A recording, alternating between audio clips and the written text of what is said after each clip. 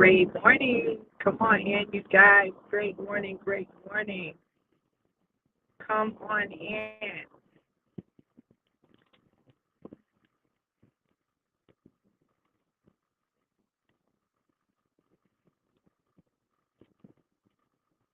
Great morning. Come on in. Let me know who's here and where you're tuning in from. Let me know who's here and where you are tuning in from.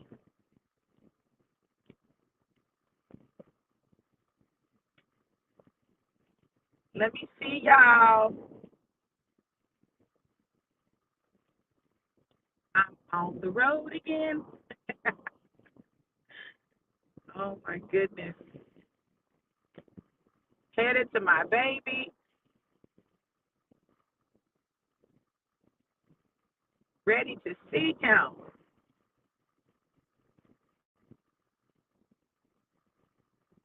And yet still on assignment. How about that? So, great morning, Ashley. How are you, gorgeous? Good to see you. Yes, yes. Y'all go ahead and share. Once you've shared, let me know that you shared. Once you've shared, let me know that you have shared. Let me know, let me know.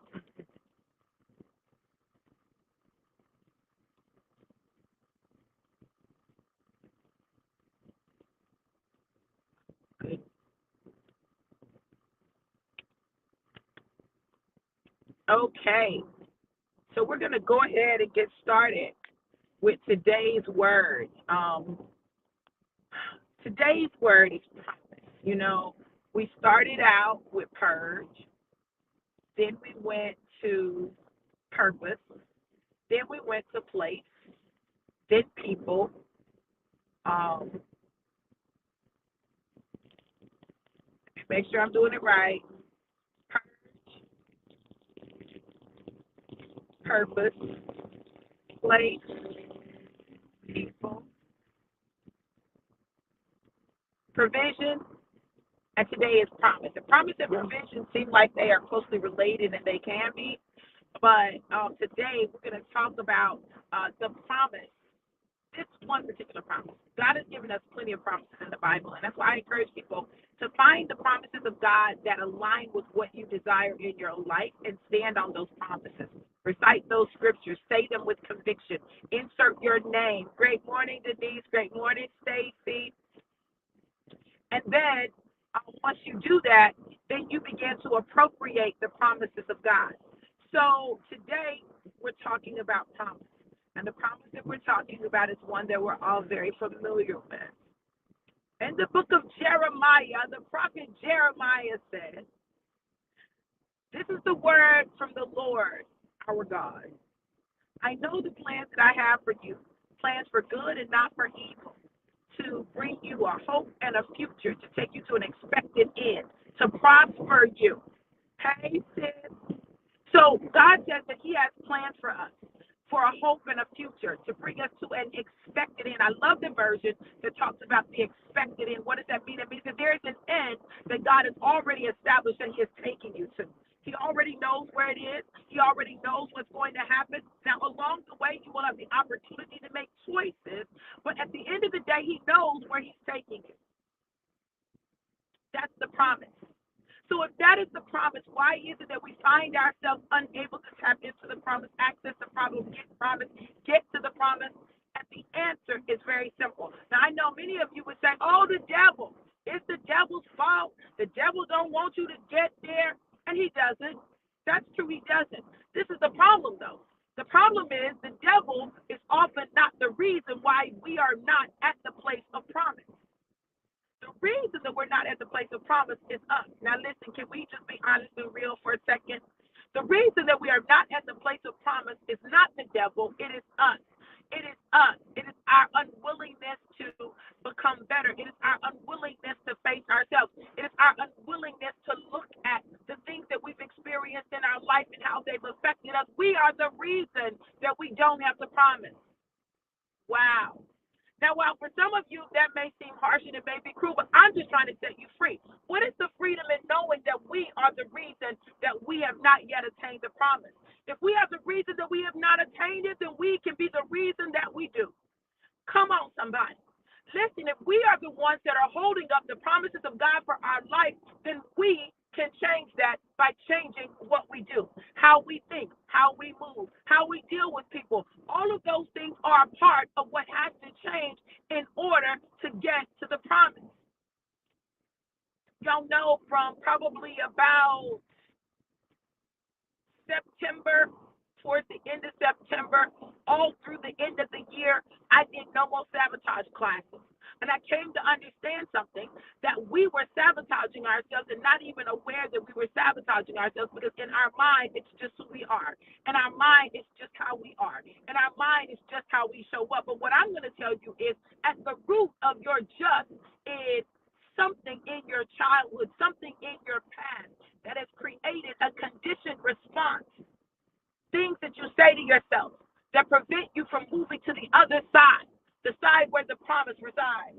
Now listen, God gives us free will.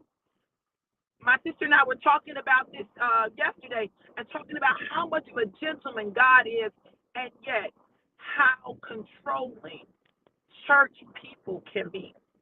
Now, this is the problem with that. You never saw Jesus making anyone do anything. He always gave them a choice. God has always given humanity a choice. It is the thing that separates us from the angels. It is the thing that separates us from animals, that we have a choice. We get to choose. And he's going to honor and respect whatever we choose, even if we choose something that is not what he desires for us. He does.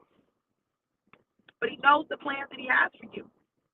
And they're to give you a hope and a future, and to take you to an expected end. An end that is more beautiful than you could probably imagine.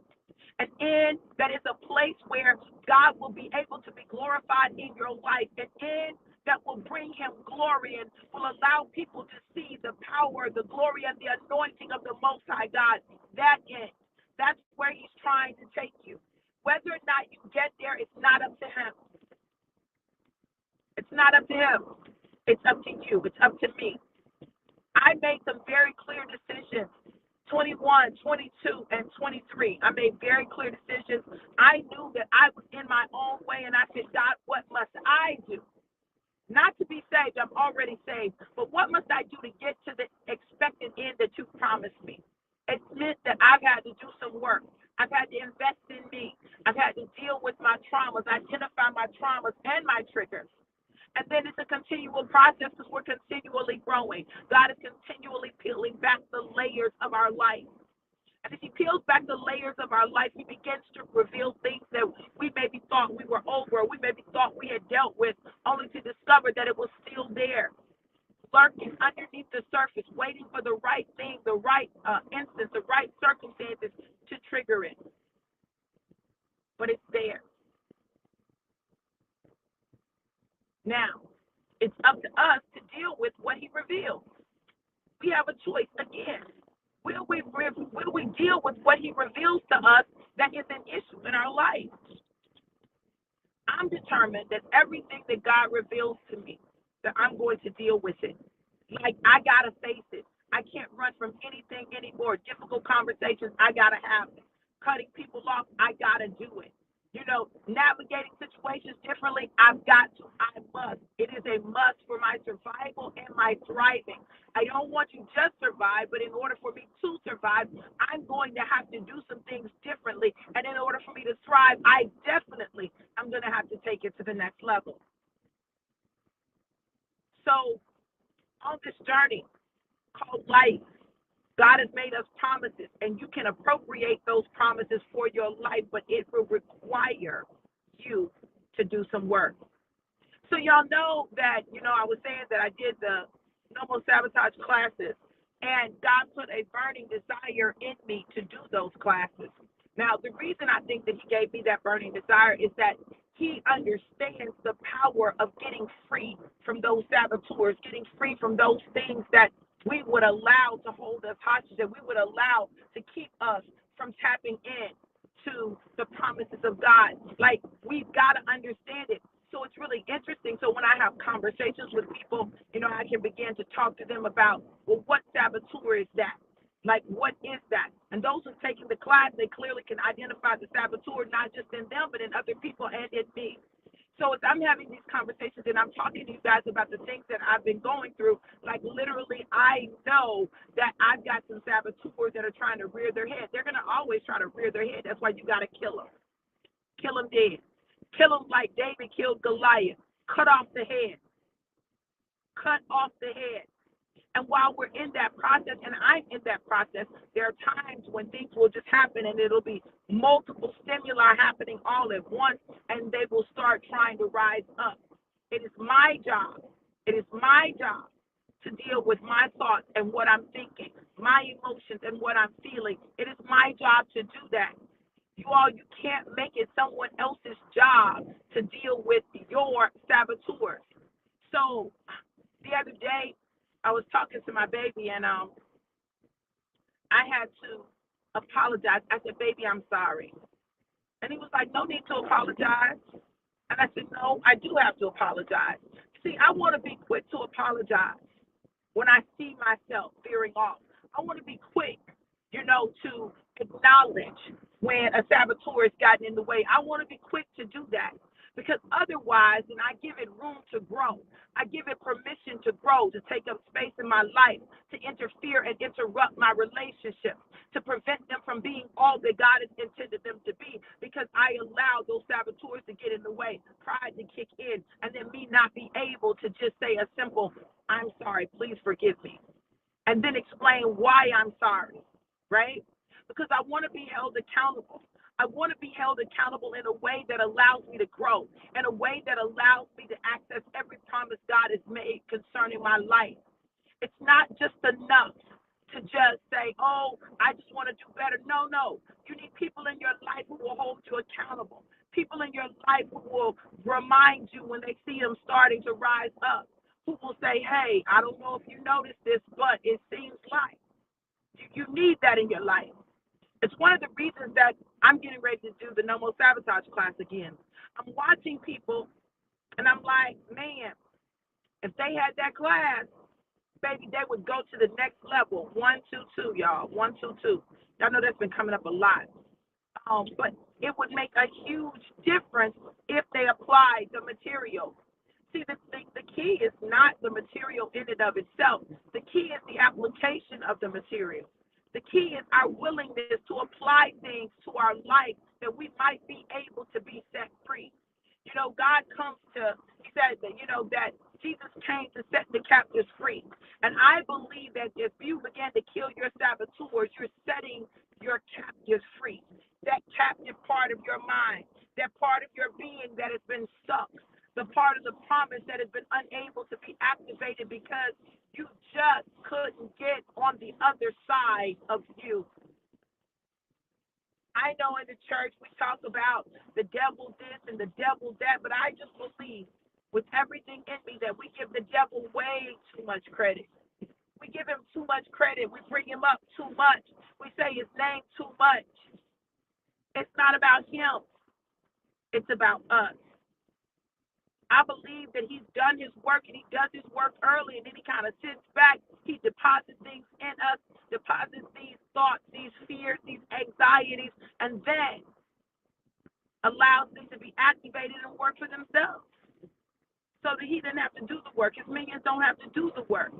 Are there times that his minions show up or he may show up? Absolutely. But most of the time, it ain't the devil nor no demon in hell. It is you and your mind. It is the inner me, which has become your enemy. It is the inner me, which has become your enemy. And it is up to you to make a conscious decision to deal with that, to address that. The promise has been made. God is not slack concerning his promises. However, whether we activate those promises, access those promises, get to those promises, it's up to us. It's up to us. It's not up to the pastor, the apostle, the preacher, the prophet, the evangelist, the teacher. It's up to us. We have to make an active decision. We have to make a choice. We have to choose to do the work, the difficult work, because it is in doing the difficult work that we free ourselves. Some would say, well, today is Friday the 13th. That's bad luck. I say every day is the day that you make it. If that's what you say, if that's what you believe, if that's what you focus on, that's what you'll get. 122. I know 122 deals with the power of thought and the focus on positivity and focusing on the positive, on what you desire to see and not what you don't desire to see. And that's why I can tell you with all assurance, this day will be whatever you make it. You have the ability to determine what this day is for you. Like I have the ability to determine what this day is for me. When we assume responsibility for our outcomes, then we can change our outcomes. But you can't change your outcome because you want to assume responsibility. You want to blame, shift responsibility and accountability to others instead of accepting, owning responsibility. And in that way, when you own responsibility, when you take responsibility, when you assume responsibility, you also assume the power required to change an outcome.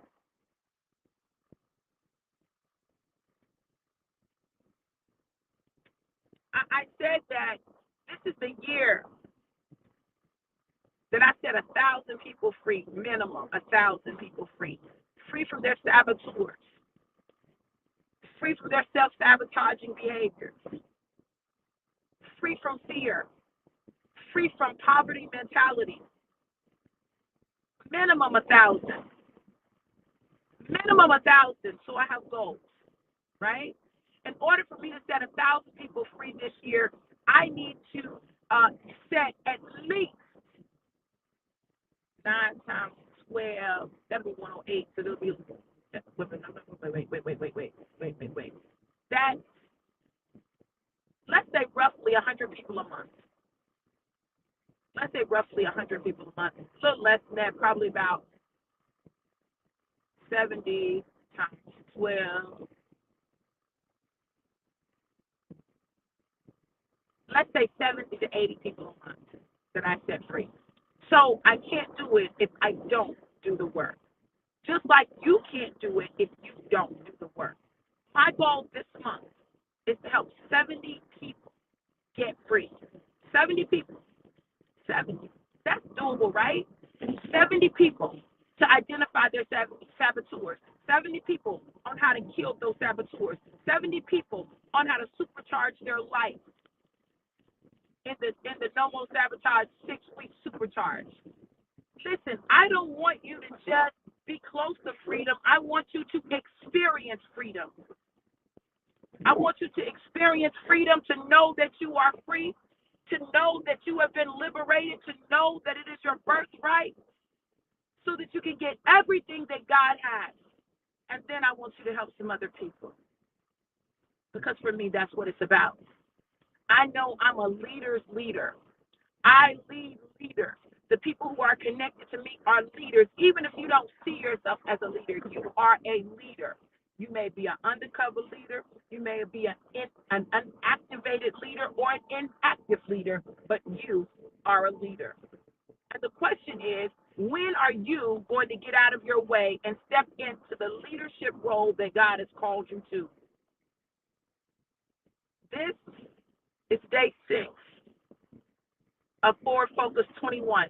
21 days to set focus and propel you into destiny. What better time for you to begin to kill those saboteurs? What better time for you to take it to the next dimension in your life? What better time for you to assume responsibility for where you find yourself so that you can assume responsibility for changing it? It's the beginning of the year. People are making New Year's resolutions, right? I don't make New Year's resolutions. I set goals, right? I set goals because people, when you make those resolutions, you're often falling off the wagon of the resolution within the first 30 days. By 60 days, you're done. No, I have goals for my life, goals for the year, goals for my marriage, my relationship, goals for my business. goals for my finances, goals for my health, goals for my spirit. I have goals. And so I choose to live not just a purpose driven life, but purpose driven with goals. I want to walk in purpose and accomplish great exploits for the kingdom of God in the earth, impacting the lives of his people. It's just like when you take a trip. Like as I'm on this trip, when I started, it told me how I was going to go. It also told me what time I would get there. But let me tell you this: if at any point on this journey something should happen, there's an accident, something like that. So there's an accident. If there's an accident, what the GPS is going to do is it's going to reroute me. It's going to reroute me. It's going to take me a different direction. It's going to say, hey, look, this is going to be faster for you. If I take the route, the adjusted route that they give me, then I will experience the adjusted time. If I don't take the adjusted route, I will find myself stuck in a delay, stuck in traffic, unable to get to my destination in the timely manner that I would like to. That's how it is in our lives. God tells us, oh, there's an expected end that I have for you. Now, along the way, there may be accidents, there may be things that happen, there may be tragedy, there may be trauma. When those things happen, I'm going to reroute you.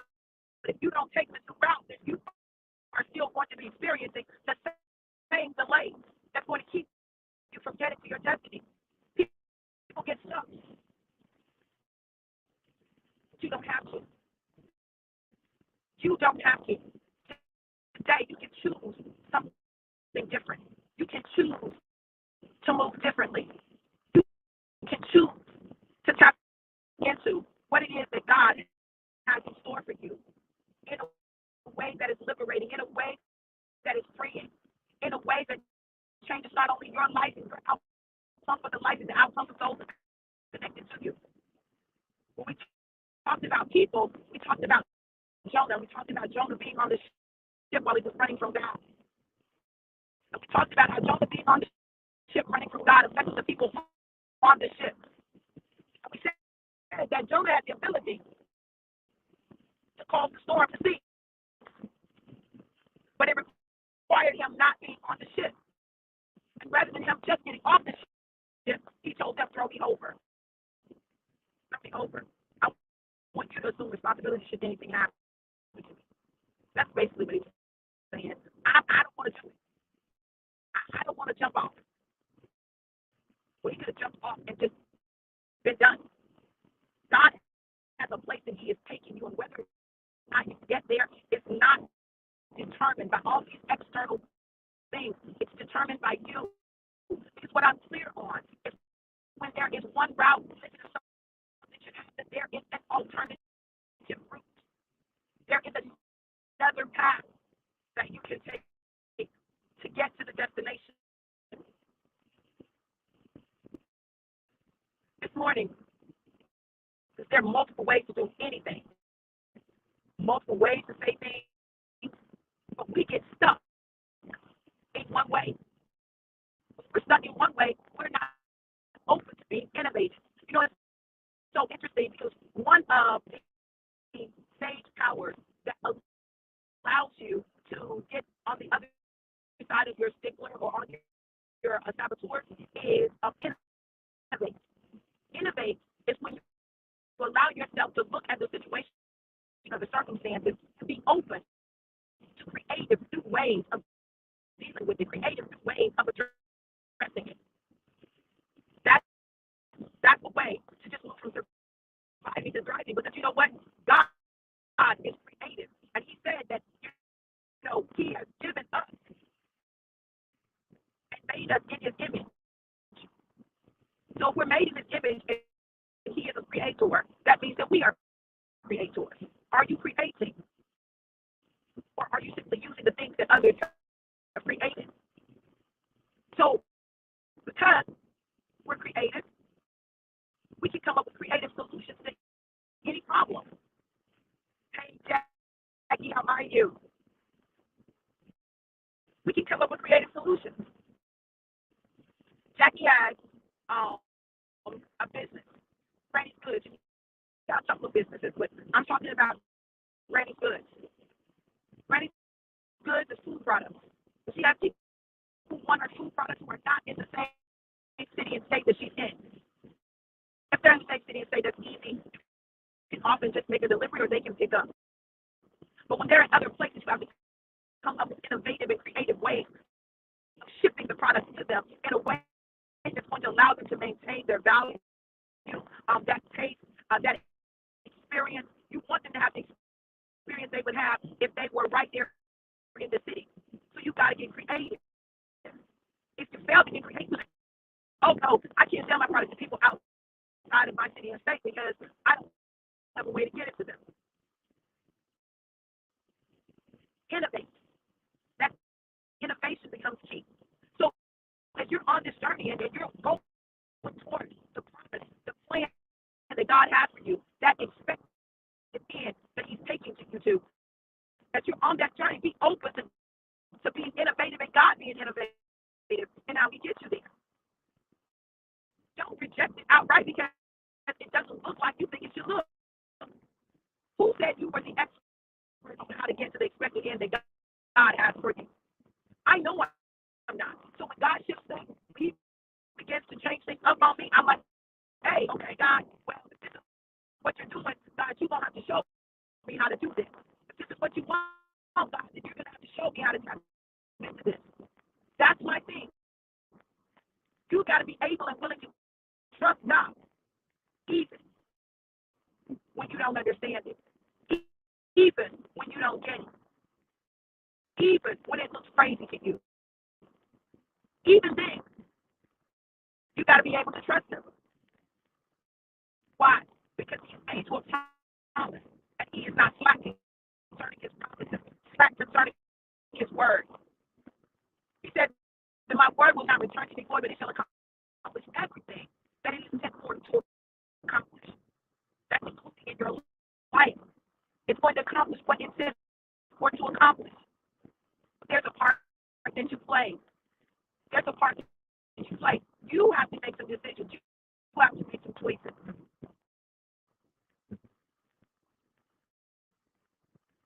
How many of you are tired? How many of you are tired? You're tired of not being where God wants you to be. You're tired of not getting the results you desire. You're tired. How many are tired? If that's you, put me. If that's you, put me in the comments if you're tired.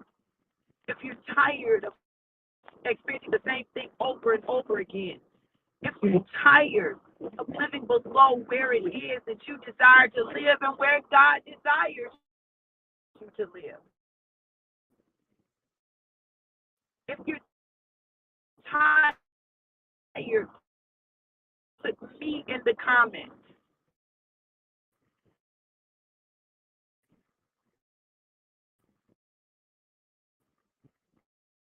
Hey, W. Yes.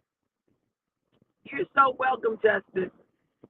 If you're tired, put me or put tired in the comments. If you're tired. Who's tired? Because I'm going to tell you something. Things don't change until you have sufficient motivation to change them. Tandria said, me, I'm tired. Who else is tired? I know those aren't the only people tired. I know they're not. Justin said, tired. Yes. Who's tired? I need to know who I'm talking to. I want to make sure you get this message clearly.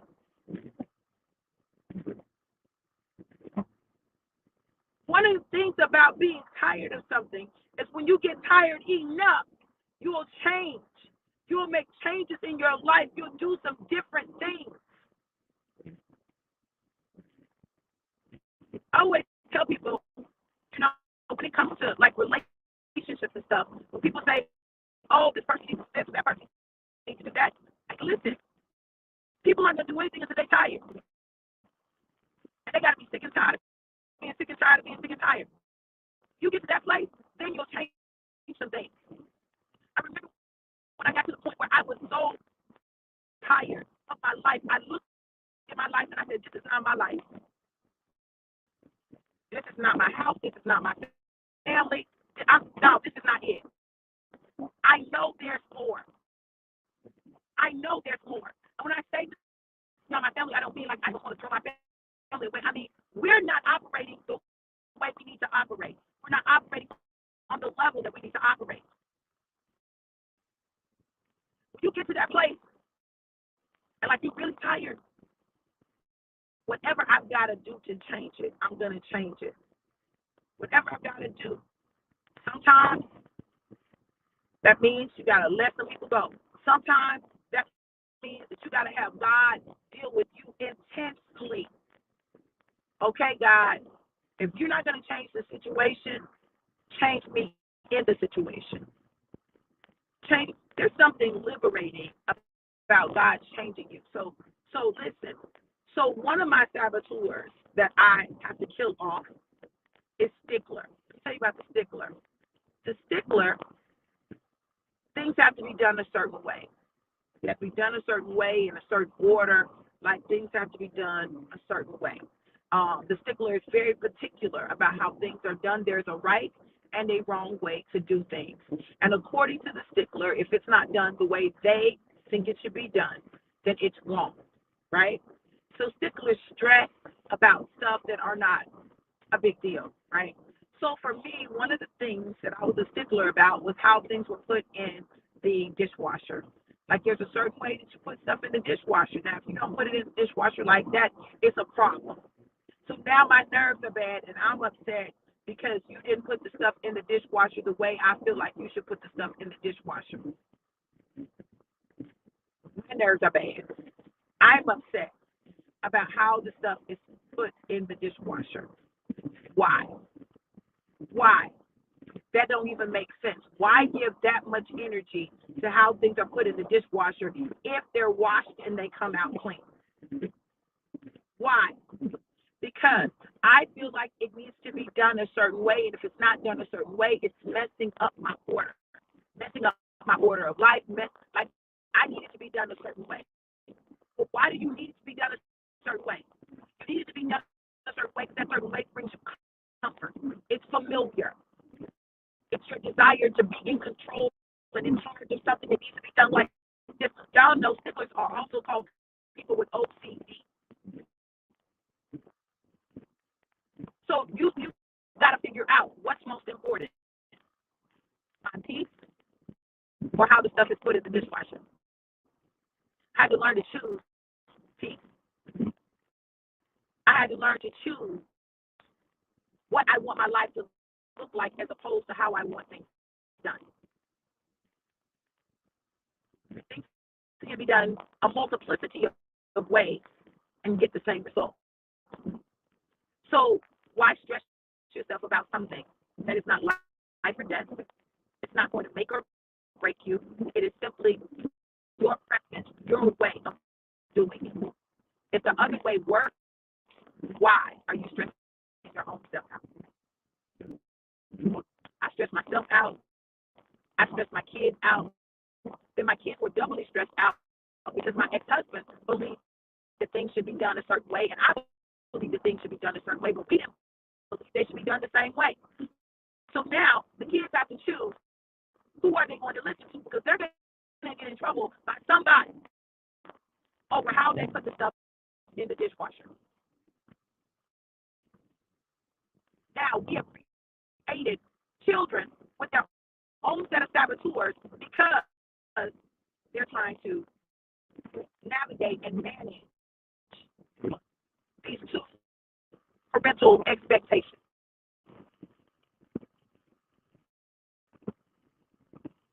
Y'all, we've got to do better. But doing better requires us to make different choices and dealing with the stuff in us that makes us want things a certain way. Or a desire to control. Or our hypervigilance, where we're super vigilant about everything we can see, every possible thing that could go wrong or that could happen, and all of the danger that we project those dangers on the people around us. Yeah, we got to get it together. And that's what no more sabotage does. And I look at the people who come through this program, did no more sabotage 1 and 2, who went out to do this supercharges. Supercharges really drilled it home for them. And I see their success, and I see how they're showing up in their lives. I know for sure and for certain that this system, this process, this information changes lives. That's what God wants to do, change lives. He wants to help us get to that place where we're on the other side of us, our fears, our irrationality, our over-rationalizing things. He wants to get us to the other side of our stickler and our control. Guess what? If you don't control everything, again, I promise you, God doesn't need you to hold your arms up to hold the earth in rotation. He doesn't. But sometimes we think that. So I encourage you, go register. Next week, I'm doing my next set of No More Sabotage classes starting on Thursday. Thursday is going to be No More Sabotage Part 1. This is where you're going to learn how to identify and kill your saboteurs. Saturday, we're going to do No More Sabotage Part 2. Part 2 is where you're going to learn how to not only identify your stage powers, how you can use them to increase your effectiveness and your success, but you will also learn how to tap into them and grow them so that they're operating more automatically in your life. What God is doing, y'all, I'm telling you, is to change our lives. But whether or not we tap in or not is totally up to us. So if you want to tap in to the No More Sabotage, and I've got people on here who have done both of them, and they're like, oh my God, this has been such a life-changing experience. And not just a temporary one. You know how some things are temporary, not temporary. Like they're seeing real, substantive, lasting change in their life. And God's plan for their life has been accelerated because they've gotten out of their own way. That's all I'm saying. You got to get out of your own way. You're in your own way. And the beauty is, what I'm doing it for in the month of January is so phenomenal. I'll tell you why. I want to help you. I want to help you get there. I want to help you experience it. So for the first 2 months of the year, I'm going to be doing the classes at the price that I did in 22. Month 3, it changed. So if you're interested, if you feel like I need to do this, I might need this, you need to go ahead and do it now. Don't wait. Don't wait and then have to pay a lot more for it. No, get it now. Everything that I do, my goal is to always strive to deliver more than I promised, to just over deliver. I make it personal. We establish relationships so that you're not in the journey by yourself. You're not feeling like you're by yourself. Because, listen, let me tell y'all something. Change is hard. It's hard to actively work to change your life. It's challenging. Let me not say hard. Let me say challenging. Let me change my verbiage, right? Let me change my words, okay? It's challenging. But I know you can do it, and I know it's doable because I've been doing it. Other people have done it. Like, we are literally making conscious decisions to go all in to change our lives unapologetically. And I'm telling you that when you do that, God honors that. He honors your commitment to do the work on you, for you, so that He can be glorified. I'm going to put up the link for the No More Sabotage. It's $75 for one class, or you can get 2 classes for, I think it's $140. It's either 125 or 140. I'm not sure.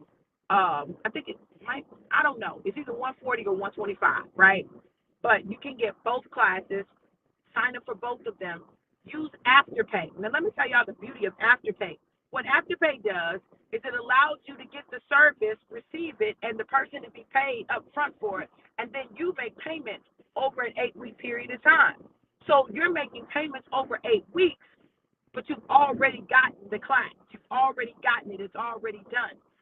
It is a way to tap into that without you having to have all the money up front. In fact, to do $125 or $140, you just divide it by 4. You just need 1/4 in your bank account, 1/4 in your bank account to be able to do it. And of course, there's a qualifying process. And so sometimes you may not qualify for it. There's no judgment there. But if you do not qualify for it, but you want to do the class, then hit me up. Talk to me. Let's talk about how we can make it happen for you. I'm a firm believer that there are innovative ways to do everything. Isn't that one of the sage powers, one of the things that we can use to help us thrive? It absolutely is. I simply don't want you to miss what God is doing. I don't want you to miss it. I don't want you to stay stuck. And I don't want you to feel like you don't have choices or options. So in order to register, you're going to go to bit.ly/, hold on, let me get it. Y'all hold on. Let me get there.